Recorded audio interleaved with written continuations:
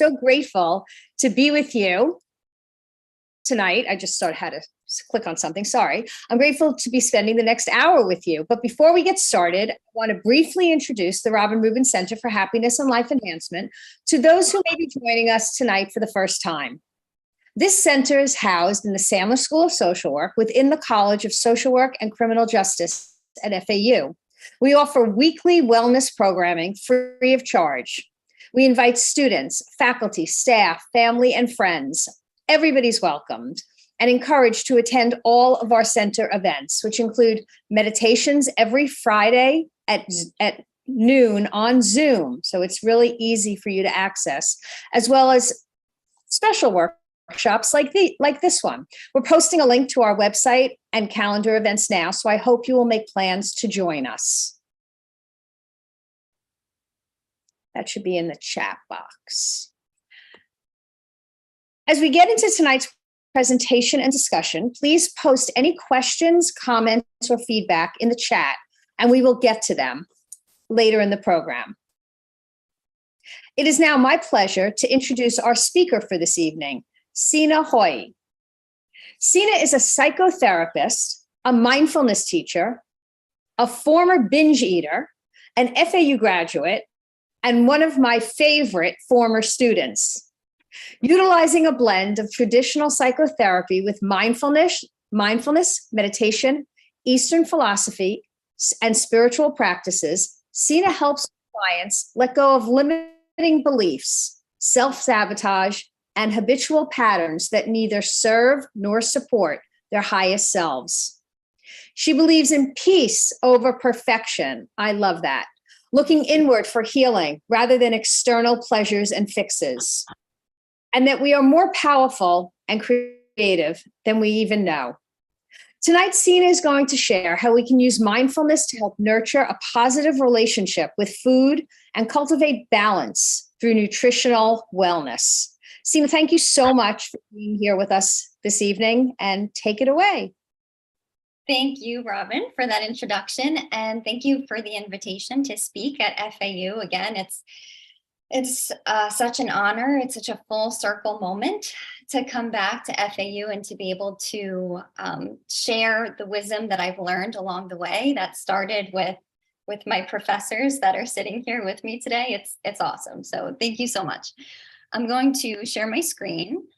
Let me get that started. Okay, so I have a presentation, so we'll go through. I would love if everyone would keep their chat box open so that we can be like sort of interactive with the presentation. I would love to hear from you. And I think we'll hold most of the questions till the end. But if you drop a question in the chat box and I don't answer it right away, I promise we'll try and get to all of them. So today is the mind-tummy connection, and it's using mindfulness to heal our relationship with food. And this combines my two most favorite topics. So I'm really excited about this. And the last time that I was here, I talked about the non-diet approach to having a healthy relationship with food and your body. And that was very much like, it was very practical. It was very behavioral. It was a lot about intuitive eating. Today is a lot about mindfulness and how those practices can help us in overcoming challenging relationships with food that might include binge or emotional eating or yo-yo dieting. It might just be that, sometimes it's really hard to know what to eat, and we're all kind of in various stages of our relationship and our journeys when it comes to food. And in addition to learning about mindfulness, you'll actually be practicing some mindfulness too, because mindfulness is one of those things that you kind of have to do to reap the benefits of it. You can't just learn about it, which is a mistake that I made for several years, by the way. And during those several years, I really struggled in my relationship with food and with my weight and with my body. So for anyone that's attending this workshop, I'm assuming that you haven't figured it all out either, and neither have I. I want to preface this by saying, in the spirit of mindfulness and a compassionate attitude towards the present moment, there's no such thing as the perfect relationship with food. So by the end of this presentation, that is not what I'm going to be teaching you. Spoiler alert. We're all just doing our best. But I spent years for like obsessing over what I ate, only to end up binge and emotional eating anyway and totally losing control. And my healing process was long and it was painful. And I could not be where I am today without mindfulness practices. And so I incorporate mindfulness into my work with my clients as a psychotherapist. This is one of my specialties now in my practice. Um, it's really like a non-negotiable. So I'm really excited to get started. I would love to hear from you and for you to drop into the chat box if you're comfortable with it. There's no pressure. What do you most hope to learn from today's presentation? That'll help me guide some of my slides, and maybe I can focus more on one topic and not another. I can shape the presentation to what is most wanted. So if there's something that you're really hoping to learn about today, what is it? I would love to know. Have food become my friend and not my enemy. Isn't it amazing how food becomes our enemy? It's like the one thing we need to do to keep ourselves alive. And it's like, we can't figure it out. Thank you, Robin, for sharing that. Well, I have some intentions for today. So here are my intentions for our presentation. My first intention is to learn to apply mindfulness to your food choices, to the process and the behavior of eating and around our meal times. My second intention is to learn how mindfulness of thoughts, feelings, and body sensations can improve your relationship with food. So we're not just going to be talking about eating, we're going to be talking about you also. And three is to review the number one most important mindfulness skill to heal your relationship with food and with yourself for good. This is like the number one most important thing. So we will get to that. I'm checking some of these other comments. How not to use food as a way of dealing with negative emotions. Adriana, I got you. We're going to be talking about that a lot today. That's what I feel like in my last presentation, I wasn't able to really expand on, but we will today. I'm a binge eater, so I would love a more natural approach to helping that. I feel you. You, a former binge eater here. Don't you worry. I've got some information for you that will be helpful, I think. How to stick to making smart choices and not just be great for a few days. Oh, Catherine, the yo-yo, the back and forth. I'm on the wagon, I'm off the wagon. I know that game. It's exhausting. Eat to live, not live to eat. Is that possible? Yeah, yes, that's totally possible, Gary. I know it sometimes when we're stuck in some of these cycles, it feels like every thought is about food. It's like it's obsessive, like you're always thinking about it, making decisions about when to eat and what to eat and what food will be available. I understand that. How to pull myself back and be aware when I'm in an unhealthy cycle. I have a whole slide dedicated to that, Rachel. So I think we're all on the same page, which makes me excited. So let's dive in. What is mindfulness? I figured we should probably start with like maybe a little bit of an explanation. Maybe just give me like a thumbs up in the chat box if you've practiced mindfulness before, or a thumbs down if it's like totally new to you, or you can just give me the thumbs up. We've got some familiar. I figured it might be nice for us to just maybe practice for a few minutes to begin. So I'm going to be doing this with you, and let's just practice mindfulness for a few minutes. And I want to start with this practice. I call it mind, body, heart. I kind of made up that name, but it's really just like a mindful check-in with yourself. And it's going to set the foundation for a lot of what we're going to be talking about today. So everyone go ahead and close your eyes. If that's comfortable for you, you can leave them open too. Just look at something neutral in front of you. And let's start with a few deep breaths. In through the nose and out through the mouth like you're blowing out a candle.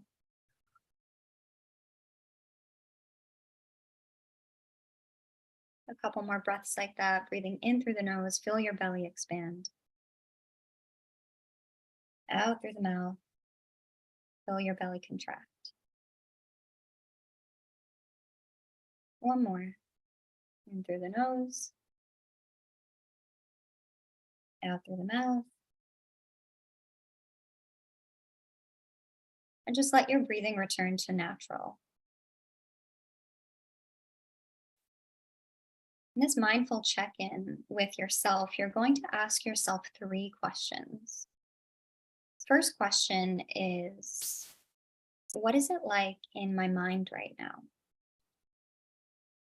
So this is just checking in with your thoughts, whether the mind is busy or calm, whether you have a lot of thoughts or not so many, what you're thinking about, and whatever you find, let that be okay.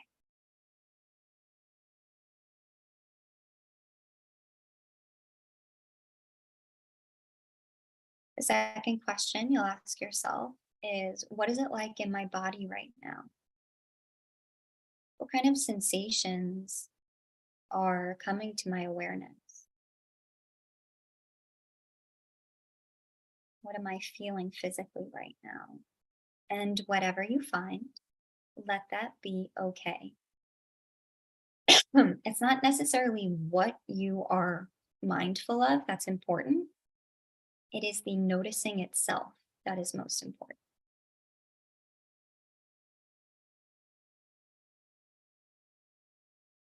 Third question, what is it like in my heart right now or my emotional field? How am I feeling emotionally? Am I calm? Am I be anxious? Content? And if you are not mindful of anything that you're feeling, that's okay too.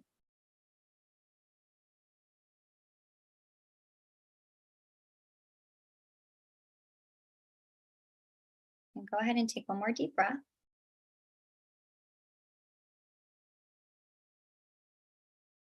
And you can allow your eyes to open when you're ready.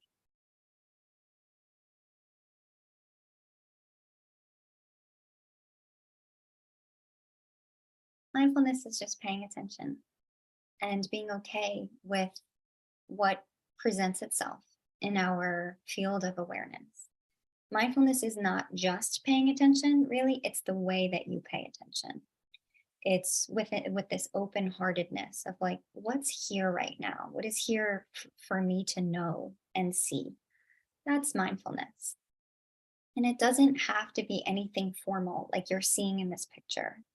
You can be mindful anywhere, anytime, doing anything.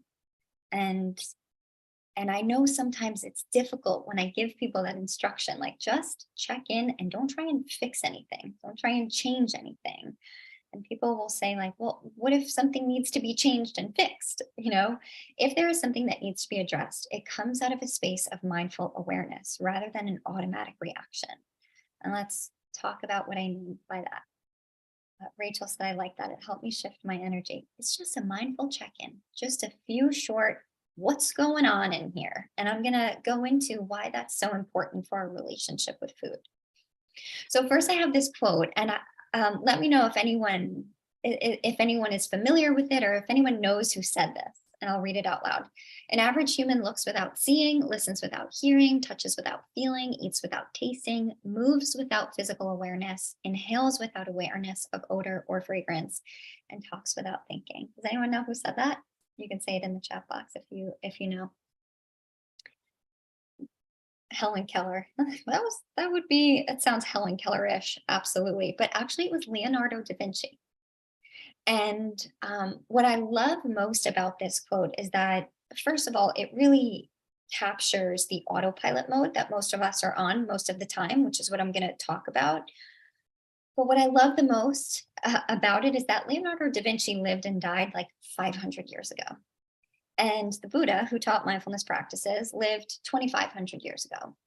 And my point is that being distracted, being restless, and unaware is not new. That is not a new thing. And our problems and our judgments and our preferences and the things that keep us up at night that we think are, about what's happening now are not new. And it's also not unique to you if you feel like you can't clear your head. When I tell people that I teach meditation, they all say the same thing. Most people say the same thing. I can't meditate. I can't clear my head. And I'm like, me neither. Like you and 8 billion other people. You don't have to. You don't have to. You just have to be aware and mindful. So this autopilot mode has become the norm for humans for as long as we can remember. We have 50 to 70,000 thoughts a day. 80% of those thoughts are the same thoughts that you had yesterday. And the reason for this is that it conserves energy for us to go on the autopilot. It's actually adaptive. And this is convenient for us for most things. I want you to think about driving. For most of us, that's something that we do on a pretty regular basis. Think about if every time you got into your car, it was like the first time you were about to drive a car. Hands at 10 and 2, gas is on the right. It's like 30 things to try and think of at the same time. But this is something that we have been able to put on autopilot, and that's helpful. It conserves energy. We don't have to use all that energy every single day to start the car. So there are benefits to the autopilot, obviously. There's also consequences. And the reason that mindfulness became essential to the healing process for myself and for the clients I've worked with is because we need to be present in order to repair our relationship with food. It's a non-negotiable. And in my experience, anyone that's been challenged by their relationship with food is usually disconnected from the present moment. They're usually disconnected from their physical and emotional feelings. And this is a big reason why diets fail, by the way. They try and change a behavior without changing anything else about what's going on for you internally. And any good therapist knows that behavioral changes first start at the level of consciousness, and diets do the opposite, right? They disconnect you from your intuitive sense of what your body needs. And if you are still dieting, I strongly encourage that you watch my first presentation, which we dropped in the chat box at the beginning of this presentation, because I really talk a lot about dieting. And if you are dieting, it's going to be a lot more difficult for you to apply the mindfulness practices to stop binge eating. So this ability to be aware of ourselves is the only thing that distinguishes us from the rest of the animal kingdom. By the way, we are not powerless over our instincts and our primitive drives. We are animals, but we're not animals because of our ability to be aware. So we can notice our desires, and then we can decide with awareness, only when we're aware, whether or not we want to act on them. So this is our superpower, and let's talk about how this relates to food. So this is part of the first intention, is to really hone in on meal times. Mindful eating does not just mean while you're eating. It's before, during, and after. And I'll give you some tips on each one. So mindfulness before your meal means taking these 8 things into consideration. And I'm sure there are more things that you can think of, but to me, these are 8 pretty important ones. So before you even eat anything, you ask yourself, like, am I physically hungry? And that might sound silly, but at the same time, I know every single one of us have found ourselves at the cabinet because we're bored or because it's 2 o'clock and we usually have a snack at that time. So the first thing before you even eat anything is like, am I physically hungry? Am I emotional? And I'm not saying that you can't eat if you're not physically hungry or if you are emotional, but do it mindfully. Another thing that you can ask yourself is, how hungry am I on a scale from 1 to 10? I want everyone right now to take a nice deep breath and relax all the muscles in your belly. And I want you to check in with yourself. How hungry are you right now? Scale of 1 to 10. 1 is I am not hungry at all. 10 is I am starving and I can't wait. I need to eat something now. And check in about what that number is for you and start to get used to doing that. The more you check in with your belly, and this is an important part, the more attuned you get to your body. This is how you decide when to eat.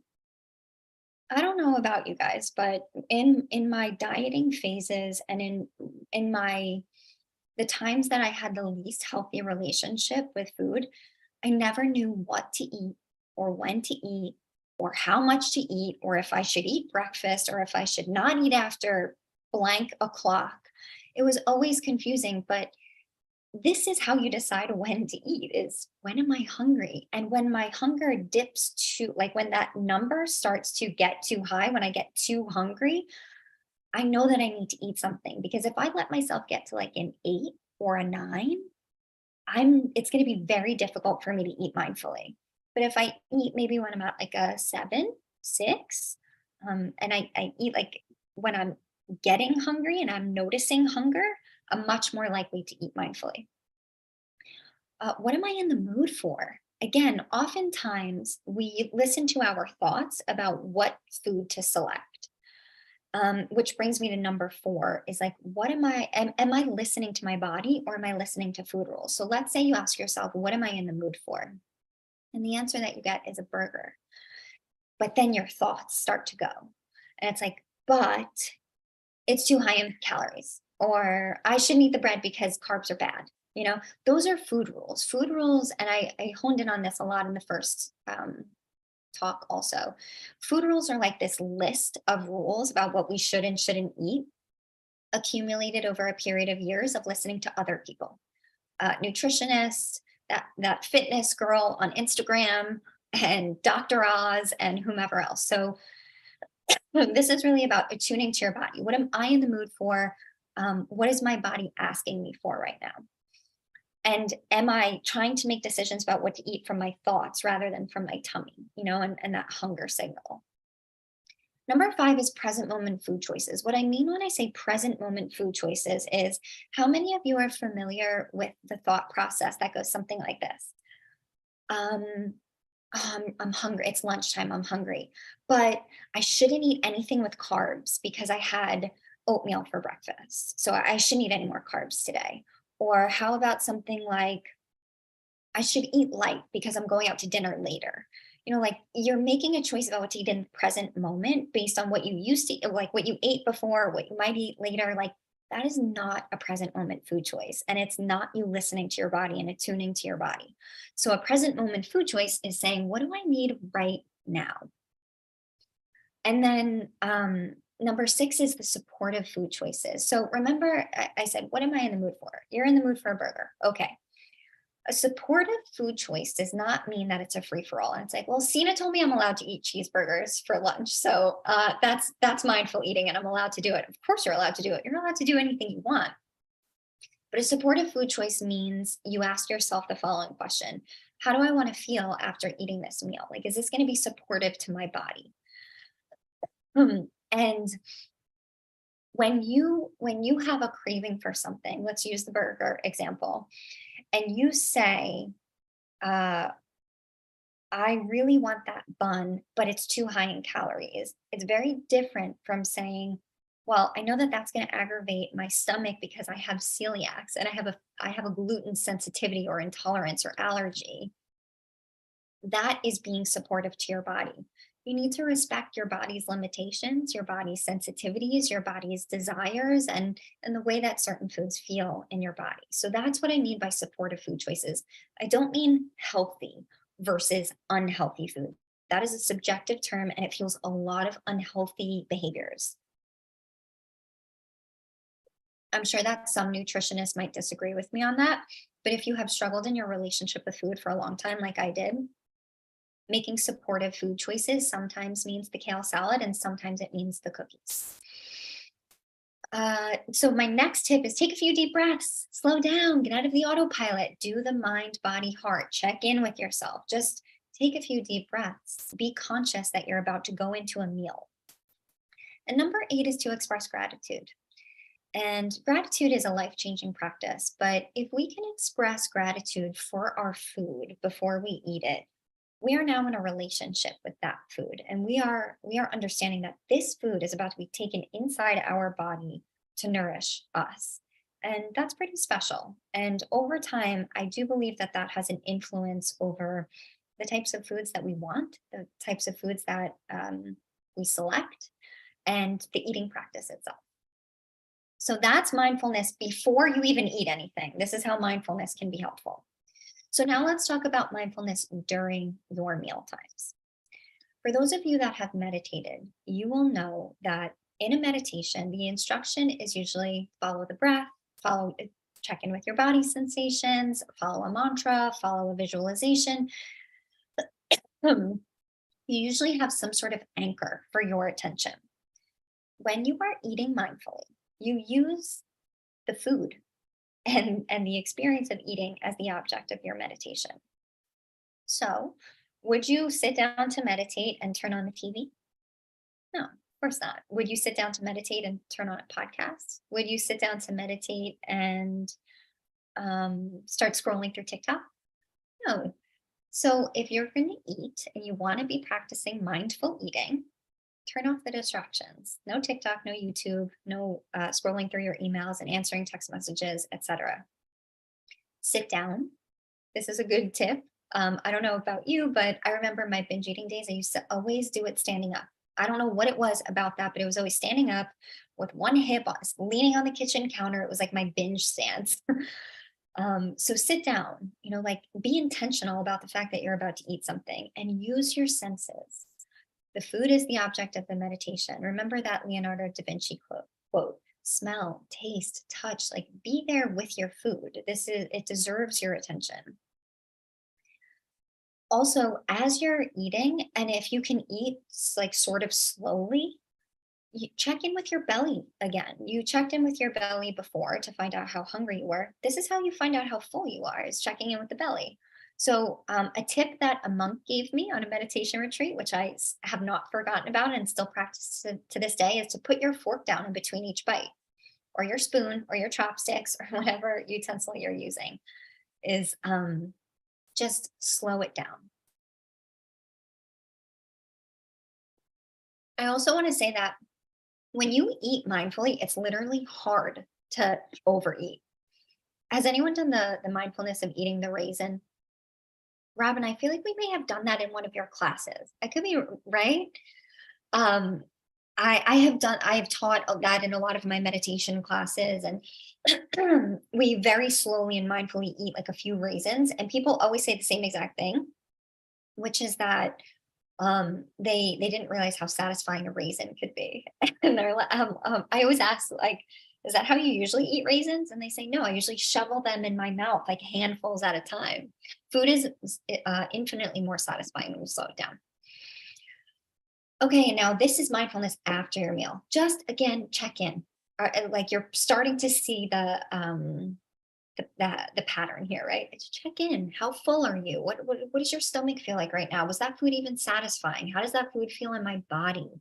How do I feel emotionally after eating that meal? Do I feel guilty? Do I feel good about that choice? Like just check in with what you find. Let it be okay, but let it be a learning experience. This is how you become the feedback system to decide what foods are right for you, and you become the authority on what to eat and when to eat and how much to eat. Your body, you partner with your body in that way, not a diet, not someone else. Sorry, I'm tickling my throat. So these are the questions that you can check in with yourself about after.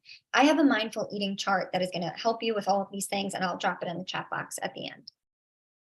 Now let's get into some of the emotional stuff. So that was very practical. That was intention number one, mindfulness around food, what to eat, when to eat, meal times, etc. This is about mindfulness of your thoughts and feelings and how those lead to your actions. If you struggle with binge eating, this is going to be the slide you want to pay the most attention to. So I call this trigger tracking. You have an event, something triggers you. That trigger leads to a thought. That thought leads to an emotion. That emotion always has an accompanying body sensation. And it's that trifecta, thought, emotion, body sensation, that will give rise to an urge. That urge then will either turn into your action, or you can do something different.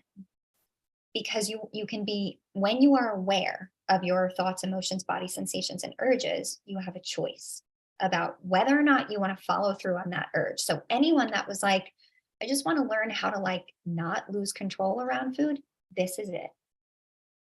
Urges can be so powerful, to eat, to go to the drive-through, to restrict our calories at our next meal, etc.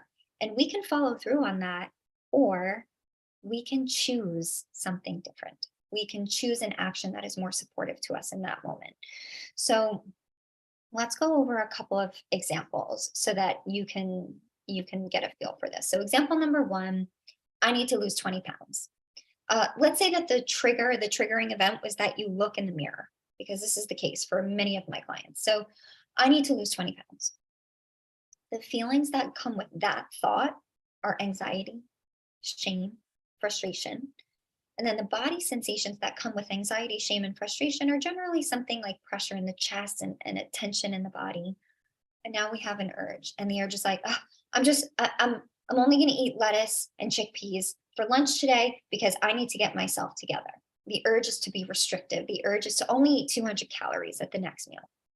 And now you have an action, and you can do that. You can eat 200 calories at your next meal, or you could do something different. You can take time to breathe, soothe your anxiety about your body. You can practice mindfulness.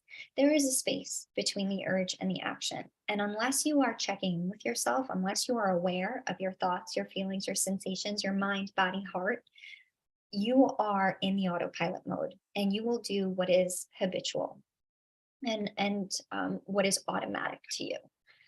And oftentimes those actions have consequences. So also, I just like want to point out, like, look at the feelings here: anxiety, shame, and frustration, and then look at the action that we take. Anxiety, shame, and frustration, and then the action is eat only 200 calories at the next meal. Food will never solve an emotional problem. When you are feeling anxious, it is the anxiety that needs to be tended to, not your diet. And I hope that you can see that when this is laid out like that. The problem with this, I know, trust me, is that it's not always so clear when you're like, it's not always so slowed down like this. Oh, this is my thought. Here is my feeling. Here is my body sensation. It happens like that. Like this happens so quickly, and all these thoughts and feelings and discomfort rush to the surface, and then we just act impulsively. I get that. But the more mindful you are, the more you practice this, the more you practice checking in with yourself, the easier this will get. And I'm also going to give you a trigger tracker chart, so that you can start practicing filling it in, and it'll really raise your mindfulness skills. Example number 2: I can't believe I screwed that up. Feelings are embarrassment, inadequacy, insecurity. Body sensation is a knot in the stomach. The urge is to self soothe with cookies and ice cream. You can do that, or you can self soothe with a bath and your favorite movie. And I just want to be very clear that self soothing with ice cream and cookies is not bad if you do it consciously. And I'm not telling you that that's a bad thing to do. It's when it's unconscious and when you have absolutely no control over it and no awareness, that's when it's problematic. Because sometimes self care will look like your favorite cookies and ice cream, and sometimes it will look like sitting on your meditation cushion and crying it out for a bit. Um, so those are a couple of examples, and this is a process that you want to get used to if you want to really change your behaviors when it comes to like the binging and emotional eating. Now, what I'm going to talk about next is like the next step to dealing with those feelings. So I've already instructed you, like, whatever you're feeling, let it be okay.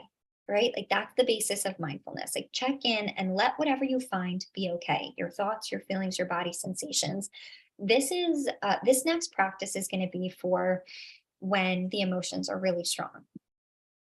And this is it, guys. This, if you don't take anything else away from this presentation, this is the most important thing that I could possibly teach, really, in any lecture ever. And it's hard for me to only spend a few minutes on this. So this might have to be presentation number 3. But the number one thing that you need to do in order to really develop a healthy relationship with food is to have a healthy relationship with yourself and to be kind to yourself. Revolutionary, right? Just be nice to yourself and everything works.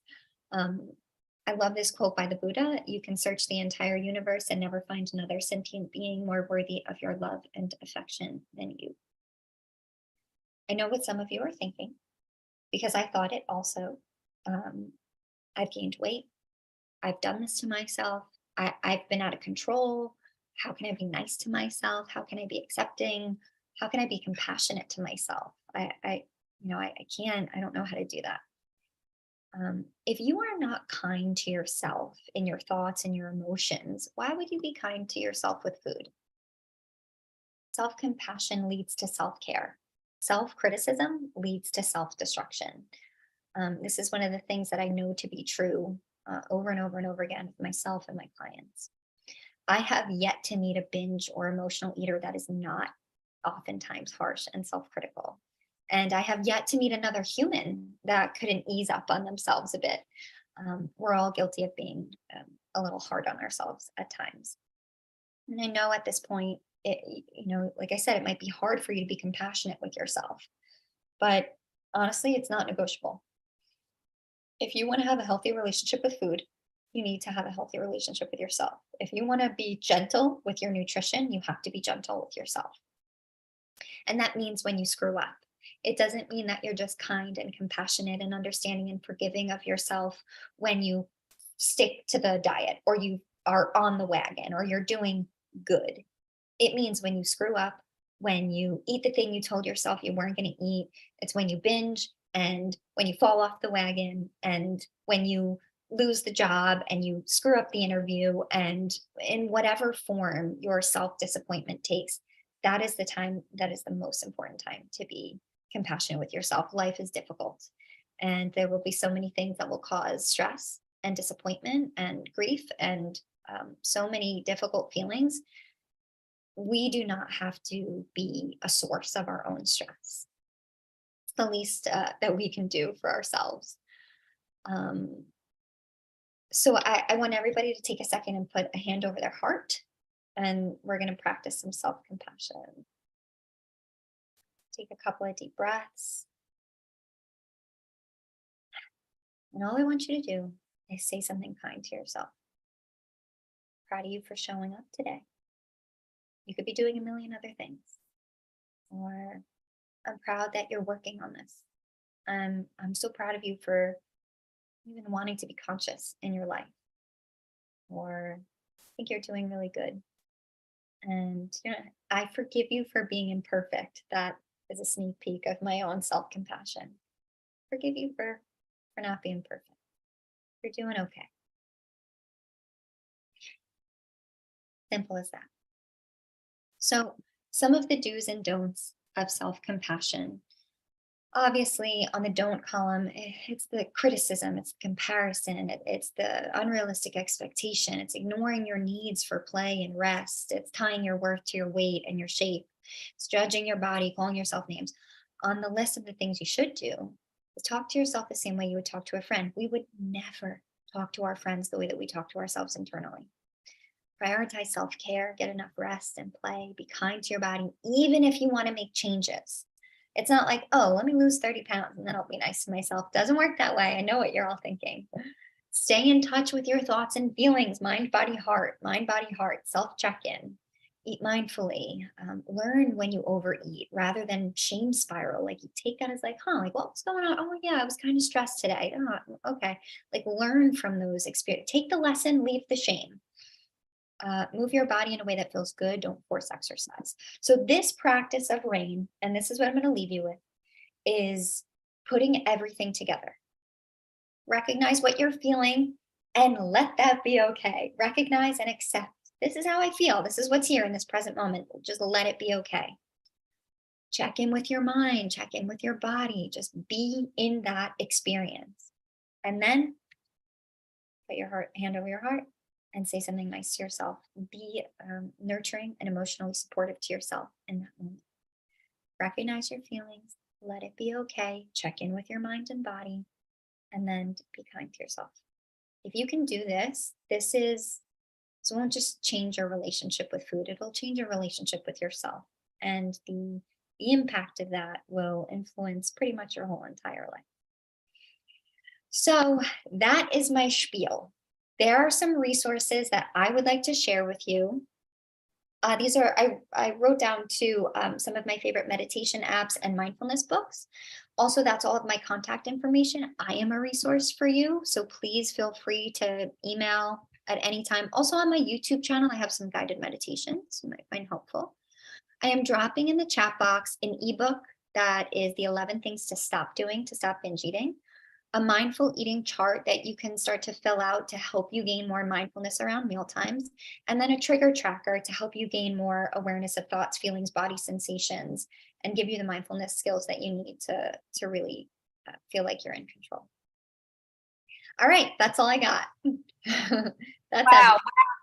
Wow. Like you said, you could probably talk for 7 hours about this, and I get Wow, that was incredible, incredible. Before we dig into some of the questions, I know you have some, we need to have everyone please complete a very brief survey. It will only take you 30 seconds. It's going to go in the chat box right now. There you go. Just take 30 seconds. Okay.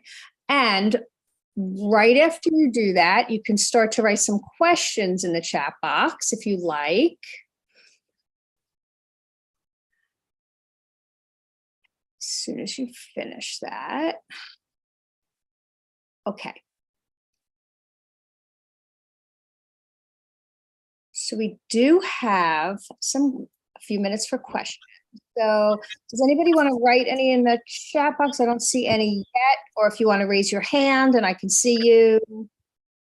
Okay. Okay, so Catherine has a question.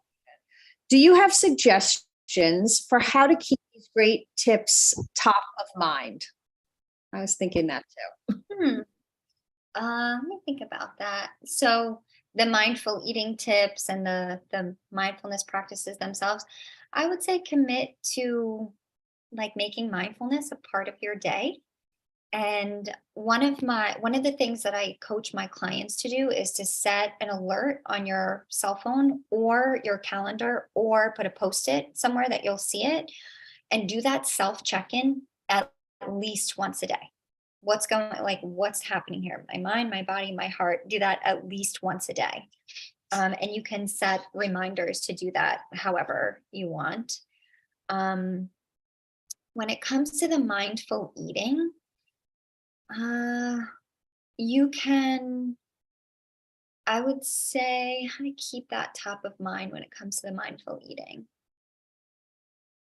I would say commit to eating one meal mindfully at least once a day, if that's realistic for you. At least once a week at minimum.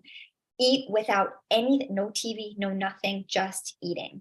And I know that that's not realistic for every single meal, but if you commit to doing that at like as often as you can, like I said, it's easiest for me to eat breakfast mindfully. I'm not usually eating breakfast with my partner. I'm not usually eating breakfast with anybody else. So that's usually like my intentional practice. So I would say be intentional about eating meals every now and then, really with zero distractions.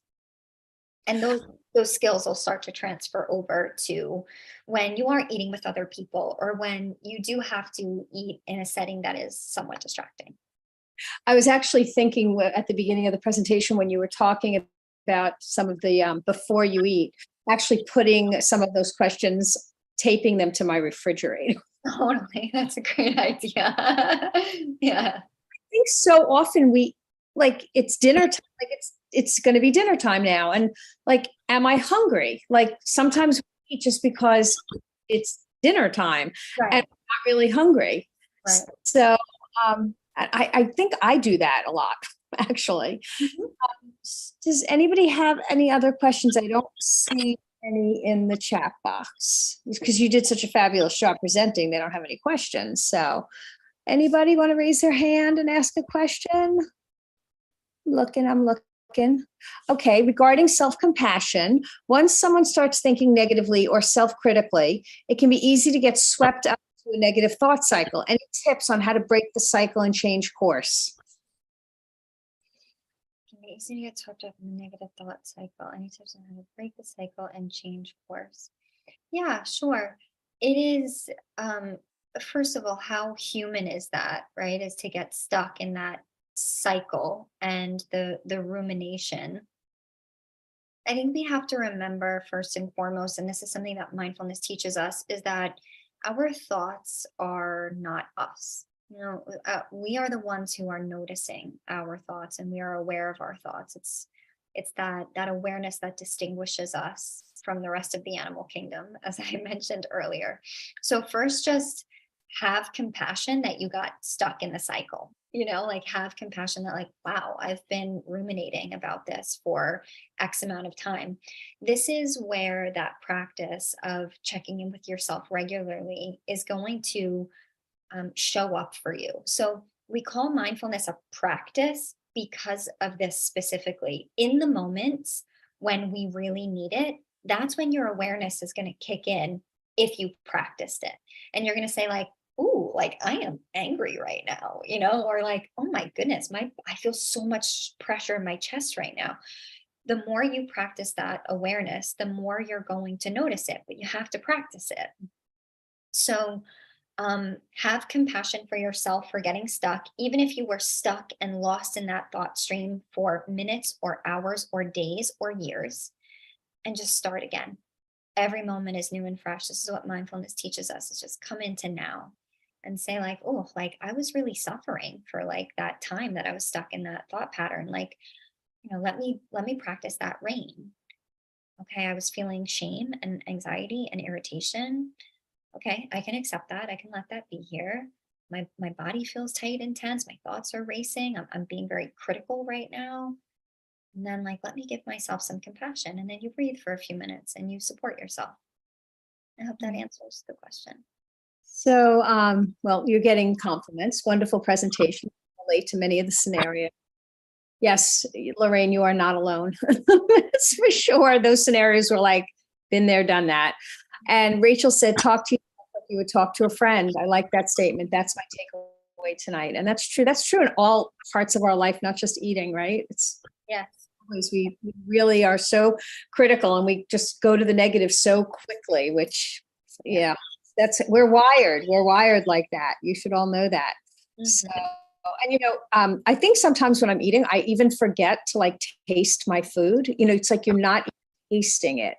And it's such an important part also when we're eating. And so it looks like there aren't any more questions. So I loved our conversation tonight. I'm going to watch it again. And because so much, that it just happened so fast. But we're just about out of time. I want to thank you, Sina, so much for being here with us tonight and showing us how we can cultivate a healthier relationship with food, physically, emotionally. And you put up the slide of where people find you, but maybe you can put your email in the chat. That would be great. And to everyone on the call, thank you for spending part of your evening with us. I hope you will join us next month for a conversation about how to get your brain on board with your fitness goals. We're putting these details in the chat now, so you can go ahead and register. And we look forward to seeing you all again very soon at the Robin Rubin Center for Happiness and Life Enhancement. So good night, everybody. And thank you so much for being here tonight. Thank you, everyone. Thank you.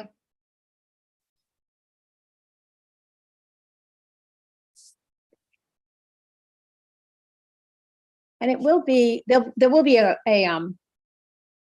recording of this, right? On our website.